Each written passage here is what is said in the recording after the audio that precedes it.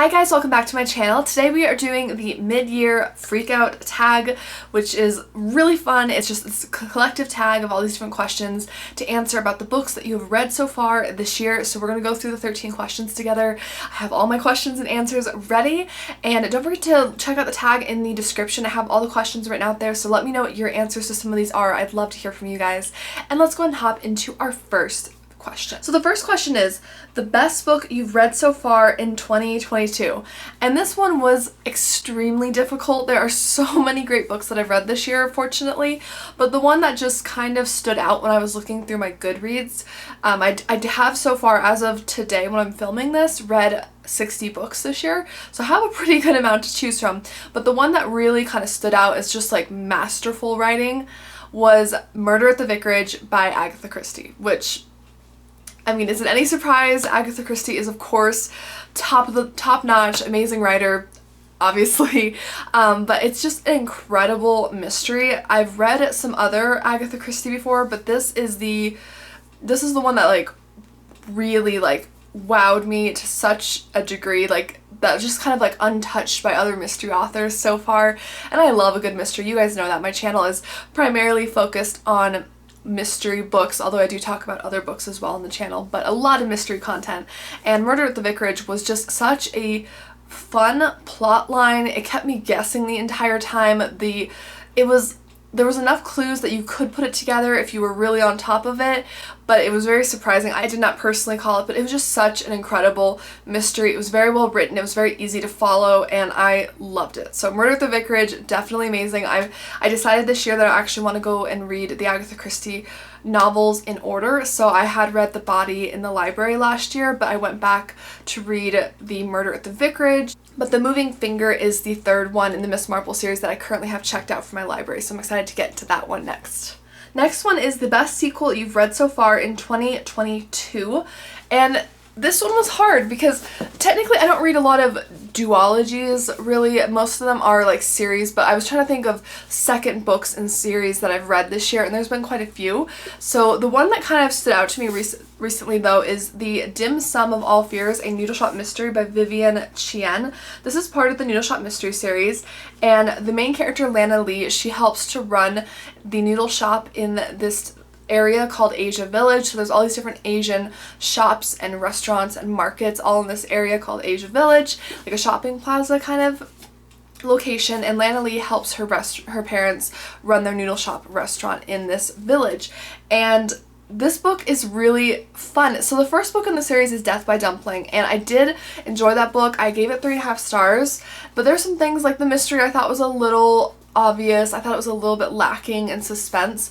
This one really corrected that. I gave this a solid 4 stars. It was a really good sequel. I do have some other sequels in this list today that we'll be talking about that were close contenders for this, but this one definitely was really enjoyable, and part of the reason that I liked this so much is that Lana Lee's parents were actually kind of out of the picture for this mystery, and they had gone on a trip out to visit family, so they left Lana in charge of the restaurant, which put a lot more pressure on her between both trying to solve the murder that happened in the Asia Village and also trying to handle the restaurant managerial duties. So I really enjoyed this. I've actually already read the third book in the series since then, so I'm really on a roll with this. This is definitely becoming a quick favorite of mine in terms of like culinary cozy mystery series. So this one was a standout sequel to me. Question 3, a new release you haven't read yet but want to. So the one that I really want to, that is already released but I haven't gotten to read yet, my library doesn't have it, so I need to purchase it probably at some point this year. It's called A Sprinkle in Time by Dana Mentink, and this is part of the Shake Shop Mystery series. So I recently read the first book in the series. I will link my ice cream cozy mystery, like summer cozy mystery review roundup up above. I talk about 4 different cozy mysteries that have like an ice cream, milkshake like summery theme, and give very detailed reviews in that. So if you want a breakdown of the first book in the series, definitely check that one out. But this book just came out in May, I believe, And basically our main character Trinidad, she has just opened her shake shop and she is located in Upper Sprocket, Oregon. And in the second book, it's autumn in Upper Sprocket and they're having an Alpenfest. So there's all these different yodelers who are coming and there's like a big tourist attraction. And her grandfather actually decides to stay in Upper Sprocket as well. His name is Papa Luis. And he actually starts to drive around tourists as like a taxi service. However, he finds a dead body in the back of his like trunk of his car, which obviously is extremely disturbing. I mean, I don't even know how do you respond to that? Like, you know, if you're not the murderer, but you just open the trunk of your vehicle to find a body, like, I can't even imagine. But anyways, he finds that, and so Trinidad is quickly on the case trying to not only nail this really important interview with a magazine for her shop, but also to keep her business running with all the fall flavors, the tourism, and then also to help solve this horrible mystery and clear her grandfather's name, because I'm sure he's probably implicated in some way because of where the body was found, which, I mean, fair enough, right? But I'm really excited to this. The first book was excellent. It was a shorter read. It was like 250 pages, but the mystery was really gripping. I did call it, but the reveal was just so good. The clues were really well placed. It was a really enjoyable read, so I'm very excited to revisit Upper Sprocket and to learn more about Trinidad and her shake shop, and I have like a good feeling that this could be like a favorite series. So I'm really excited to see if book 2 does it just as well as book 1. Okay, so the next question we have here is most anticipated release for the second half of the year. And this is difficult. I'm actually planning a video very soon talking about some of my most anticipated releases for the second half of this year.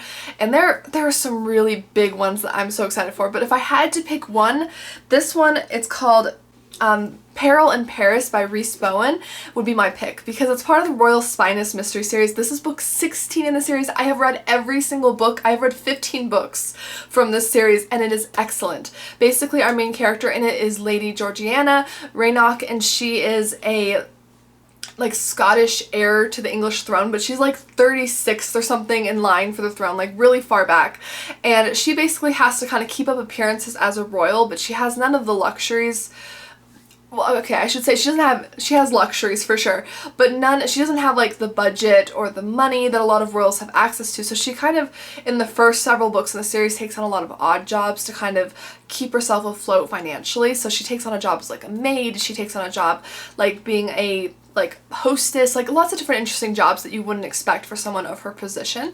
The book is set in like the late 1930s, so there's actually some build-up and like teasing about the World War that's approaching at the time as well. This is centered in England, I believe I mentioned, but let me re-mention that.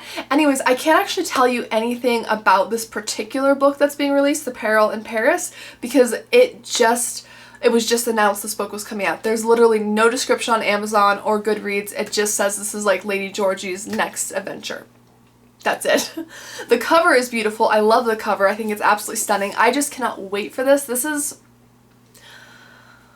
It's really, really hard to say what my favorite cozy mystery series is, but this one and the Scottish Bookshop Mystery series by Paige Shelton are like definitely very strong contenders for my top one. So whenever there's a new release for either of those, I go a little crazy. So the next one is your biggest disappointment of the year so far with reading, and that is kind of a series and a book, of course, but it's a series. So the first book in the series is called And Then There Were Crumbs, and this is by Eve Calder. It's part of the Cookie House mystery series. I read this in January and I loved it. It was a 5-star read for me. So you can imagine I was very excited to get the second book in the series. So I put it on hold at my library. I had to wait a month to get it. So by the time like it arrived, I was so excited, and it's called Sugar and Vice. However, this book, the quality of the writing and the mystery and like the character development, it went downhill really fast for me. Like, it was not very entertaining. The mystery was all over the place. Like, I just wasn't that enthused, and the setting and the characters were still fine, but the mystery was just convoluted. I didn't really care for it much at all.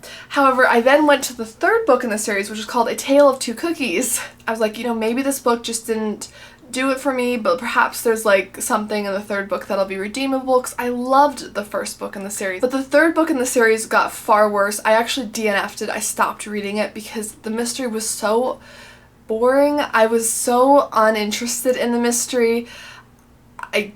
I couldn't get through it. So those were the biggest disappointment, because this series, like the first book in the series, was 5 stars for me. I loved it so much. I was so interested in it.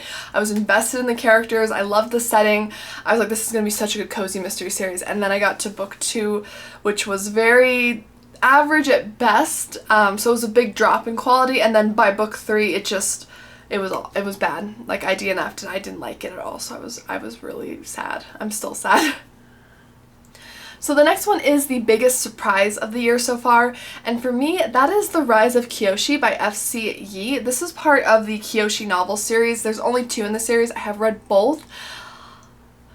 They are so excellent. Now, of course, this is part of the Avatar: The Last Airbender world, so I love the TV show. I love The Legend of Korra as well. I'm a huge fan, so when I found out they had novels, I knew they had comics, but when I found out they had novels about past Avatar, I got really excited. So I checked it out immediately. I devoured The Rise of Kyoshi. It was amazing. The writing, the character development, every single character in that is so fleshed out. You feel like you can reach out and touch them. You know what their motivations are. You can kind of predict how they would react in a situation because you know them so well. The world building, I was worried going into this that it would conflict with the series, like the TV series that I had watched and loved so much, but it only did it justice. Like, it really built on it. It gave it more, like, you know, depth and history and, you know, new perspective, because this is from a different time period. It was excellent. The characters were excellent. Everything about this series and this book was amazing. There's only 2 for the Kyoshi, but there's actually one that's coming out this summer about Vivien Chien, who is another Avatar in the past, and I'm so excited for that. Like, that's another anticipated release for me this year. I'm very excited for this. I believe this would be classified as like a fantasy young adult. I don't really read a whole lot of fantasy, but this was so incredible. The world building, absolutely incredible. If you have not watched the Avatar: The Last Airbender series, I would recommend it, whether you are young, like no matter what your age is. It's a great series. Like, my husband and I just rewatched the entire series together, and we're both in our 20s, and it's excellent. Like, it's really, really good. So I would strongly recommend it to anybody, and these novels were excellent. Excellent. They were actually pretty, like, there was some, I wouldn't say it's like extremely graphic, but there is definitely some graphic scenes in these, like with the fight scenes and stuff. I mean, I thought they were pretty graphic, and thinking about it now, I'm like, wow, that's young adult. I'm like, okay.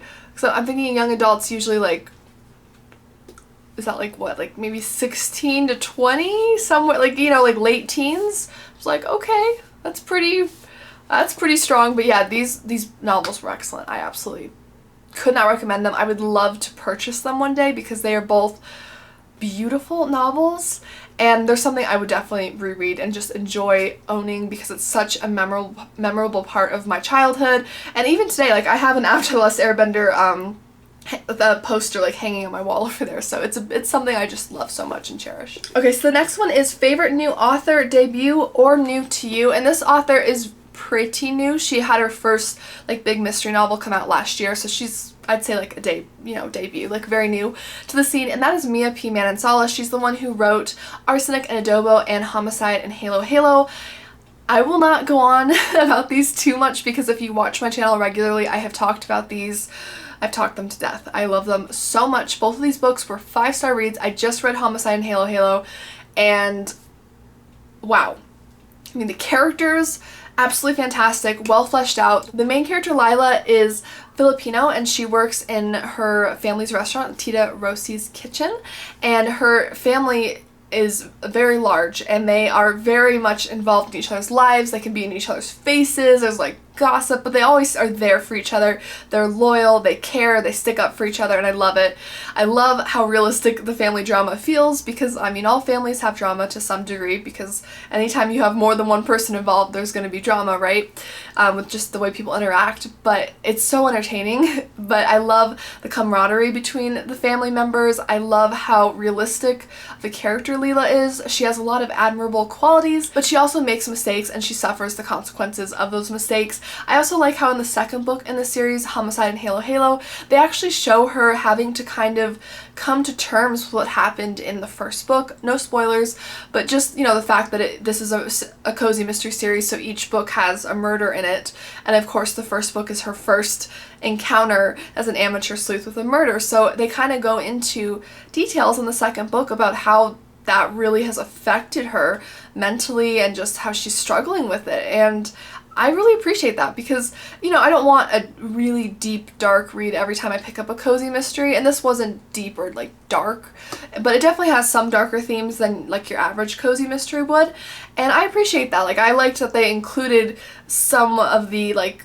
you know, feedback that a character would be having after experiencing such a troubling, like, experience, like having, you know, a murder occur like so close to them and being involved in the investigation. So absolutely cannot recommend it enough. Mia P. Manansala, I cannot wait. She's coming out with a third book as well this fall, and that was the other big contender for my most anticipated releases. The next one is Newest Fictional Crush. I have to say, for the Newest Fictional Crush, I don't really ever like crush on the guys or whatever in books that I'm reading. I don't know. But in terms of like a girl crush, like characters I just think are so awesome that I can't stop thinking about them, that's definitely Kiyoshi and Rengi from the Kiyoshi novel series. Both of them are such amazing, tough, intense, well fleshed out, like super amazing characters, and I loved reading about them, their experiences, everything about them. So that would be kind of what came to mind in terms of just characters that I can't like get out of my head because they were just so impressive with the way they were written, the mistakes they made, everything about them. I loved it. So I can't, like, I cannot. They're just absolutely incredible characters that just, like, they feel like people I know because of how well they were fleshed out in the novels, and I have such admiration for both of them and like the hard decisions they make throughout the two books. So I personally kind of have like a bit of a girl crush, if you will say, on those two women because I think they are awesome. Next one is Newest Favorite Character. So one that came to mind for me was from the Pen and Ink mystery series by Krista Davis. I have one of the books here. This is called The Coloring Crook. The main character in this is named Flory Fox, and this series essentially, it's coloring book and like bookish themed cozy mystery. So Flory Fox works in a bookstore that also sells a bunch of coloring books. She's also a coloring book artist, and the bookstore actually sells some of her coloring books later on in the series. Throughout the series, when she's solving mysteries and stuff, she'll actually make sketches at the end of the night, like of different scenes or people she meets that are relevant to the cases, and sometimes it helps her solve the mystery, which I always think is a really cool spin on it. I haven't seen that in another cozy or mystery in general. Like, I can't really think of a character like that I've seen come across that. I've had plenty of characters I read about in mystery series that take notes or they make, you know, boards, like the clue boards for mysteries, but I haven't had one that like sketches their experiences or like interactions with characters, and I think that's really interesting. And I find her just to be an interesting character to follow around. She's not so much of like a Mary Sue that, you know, she's perfect, she never makes mistakes or anything like that, but she is like a nicer character overall. She's easy to put yourself like in her shoes and like kind of, you know, be the amateur sleuth in the story, and I just like her and her interactions with like her co-workers and other people throughout the mysteries. I just think she's a really cool character. So this is definitely a series I'm enjoying. The fourth book is actually coming out as well in the fall, which I'm so excited for, very excited for. So the next one is The Book That Made You Cry, and this one was very easy for me because I don't cry too much at books. I usually will, when I'm upset or like very like focused on a book, I'll be sitting there like gripping the book like this, like but I won't usually cry. But this one I cried, and that is Homicide in Halo Halo by Mia P. Manansala. So again, I included her as my favorite author. This book made me cry. The reveal for who did it, and I won't, you know, no spoilers, but the reveal for who did it and their motivations and just how it was, you know, everything came out for how the murder was done was very emotional for me. I was just sitting there absolutely like distraught and feeling so conflicted in so many ways, and I definitely had like a little bit of a good cry reading that mystery. So I won't go into any details because I don't want to spoil anything, but it was a very, very good read and definitely like a very emotionally charged reveal and mystery as a whole. Okay, this next one's funny. It's The Book That Made You Happy. So I mean, all of the books I really loved made me happy, but the one that I like felt like I had to have a spot on this list, and I didn't find like another category that it fit in perfectly, but this one, it made me happy, so I'm including it here, and that is The Guest List by Lucy Foley. So this seems like an odd book to choose for one that makes you happy, because this is a very intense, dark thriller. It really is. But I have never read anything by Lucy Foley. I have never read a book quite like this. I'm very intrigued. I'm looking forward to reading more of hers. My library just got the Paris Apartment by Lucy Foley on hold for me, so I'm very excited to pick that up and read it very soon. So The Guest List essentially is, it takes place on this remote island, so it's a closed murder mystery, which I love. And the book essentially starts with all these different characters gathering for the wedding. So you have the bride, you have the groom, you have, you know, I almost called them the bridesmen, the groomsmen, you know, the maid of honor, etc. You have everyone gathering for the wedding on a remote island, a closed mystery. I love it. And the book starts off where you know someone's been murdered, but you don't know who. And it kind of goes back in time and slowly reveals things in the future, which is something I don't always love because I feel like it's confusing, but Lucy Foley did it very well. And this book is also told from multiple points of view, which is another thing that I don't typically love. I really like to follow one character throughout the story. I sometimes find when authors are switching from different points of views, the book feels like very disjointed to me, like it doesn't feel as cohesive as I want it to be. So sometimes I'm really against that when I'm reading a book, and it can kind of turn me off. But The Guest List did it excellent. Like it was excellent. When I'm thinking about what made me happy with this, is a few things. One, this was an excellent thriller. I was page turning, like, I mean, I had to like take a midday work break to finish this book one day because I was just so, like, I had to know. It truly was a thrilling, suspenseful read like nothing else that I've read this year. I really, really enjoyed it. But the other thing that makes me happy, and this is a very weird thing to make me happy, is that all the characters in this are pretty much awful. Not poorly written, do not get me wrong, the characters were well written, but all the characters in this are basically awful human beings. Like, there's really only like one or two characters that I kind of have some sympathy for. Okay, I can sympathize with a lot of the characters, but there's really only like two characters I'm like, okay, you know, you're maybe not terrible, but like everyone else in this book, you just end up like being like, wow, what is wrong with you? Like, I mean, all the characters in this are unabashedly terrible people, basically. And normally I wouldn't love that because I would want to empathize and like sympathize with at least one person, but because this was switching around from so many points of view and you kind of got to get into each person's head, which had a very distinct voice. It was really well written. Like, without looking at who the character, like the chapter for the character was, I could tell who the character was for that chapter without looking at like the title. So that I thought it was really well done with the multiple points of view.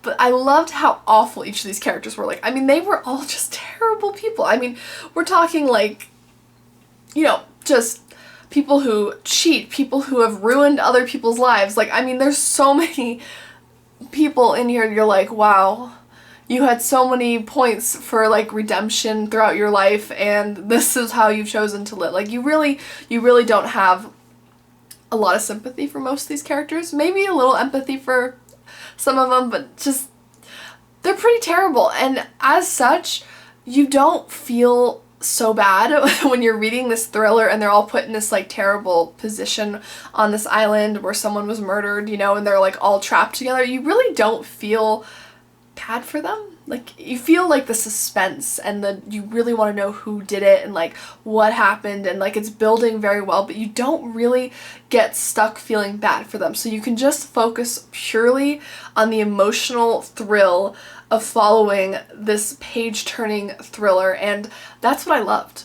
The next one is Most Beautiful Book You've Bought So Far This Year or Received, and that one was pretty easy for me. It's either the Classic Seasons editions that I bought myself for my birthday, or the one I picked was for my parents for my birthday, and that is Classic Tales of Mystery, the Canterbury Classics. This is just the nicest like edition. It feels luxe.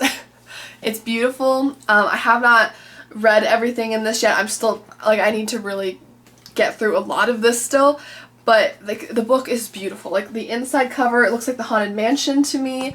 The detail here with the nice reflectiveness is just beautiful. I love the way it catches the light. You have this beautiful spine when it's on your shelf, which I love. And then the back here is just beautiful, mysterious looking. You have the authors listed. And then you have on here, you have a nice like shiny gold pages here, which is just really beautiful. The pages feel very like, not like heavy, but they're definitely very nice feeling. It's very like nicely printed. You can tell the paper quality is there. Like, this is a very nice edition. If you are personally looking for like a collection of short mystery stories by different classic like mystery authors, you might really consider this. Or if you have a mystery lover in your life, this would be a really nice gift. It's beautiful. It makes you feel very like fancy and lovely, and I love it. And the last one is, what books do you need to read by the end of the year? Wow, if I answered that, we would be here all day. We would definitely be here all day. So of course the ones I've mentioned, my most anticipated releases, I will be coming out with a full video going over a bunch of those soon, so definitely hit subscribe if you're not already. But a couple that I would like to share, I have some library books I just picked up, so I can share those. I'm also reading this one for a video. This is Miss Pinkerton by Mary Roberts Rinehart, so that one is one I definitely need to read this year. I'm very excited. I've never read anything by Mary Roberts Rinehart, but I've heard a lot of very good things. She's supposed to be an excellent classic mystery writer, and I've actually had some of you tell me that you prefer her over Agatha Christie, which is really high praise in my opinion, so I'm very, very excited for this one. Another one I'm super excited to read, I would say these two are the next big ones I'm excited to read, and this is Strawberried Alive, a Cupcake Bakery Mystery Series by Jen McKinley. This is I believe this is the 16th book in this series. It's a lot. It's the 14th or the 16th. I can't remember. I'll put it on screen. But this is following Mel and Angie, who own Fairy Tale Cupcakes, and this is a cozy mystery series I really love. It's one of the first ones I ever got into, and I've read almost every one in the series. I think I have like 2 or 3 that I bought that my library doesn't have that I'm currently working on getting through, but this one I'm really excited to read. It's the very newest one in the series. So next we have The Under Lock and Skeleton Key by Gigi Pandian, and this is part of the Secret Staircase mystery series. This is the first in the series, so it is a brand new cozy mystery series this year that's being released, and it just came out like a month or 2 ago, I want to say. Really cute cover. I'm really enjoying this. I'm just covering my library name, so don't, excuse me. But I'm very excited for this one. It has some super interesting themes to it that I think are very interesting, like an interesting profession for the amateur sleuth, some interesting story and history that I'm excited to learn more about. So I'm very excited for this. This one I've heard some good things about as well, so I'm hoping it'll be good. So those are just a couple I would say are books that I definitely need to read before the end of the year, mostly because, well, they're library checkouts and I'm just very excited for them. So that, I'm very excited for this. Please let me know, what books are you most excited to get to this year? Do you have any anticipated releases that you're just dying for them to come out? Because I certainly have quite a few. I hope you'll hit like and subscribe. I do upload new book content every single week on my channel, and especially in the mystery genre. So if you're a fan of mysteries or historical fiction, some cozy reading in general, classics, I talk about a lot of those on my channel. I'd love to have you. Thank you again for watching. Don't forget to leave me at least a few answers to some of these questions. I'd love hearing from you guys, and I'll see you guys in my next video. Bye!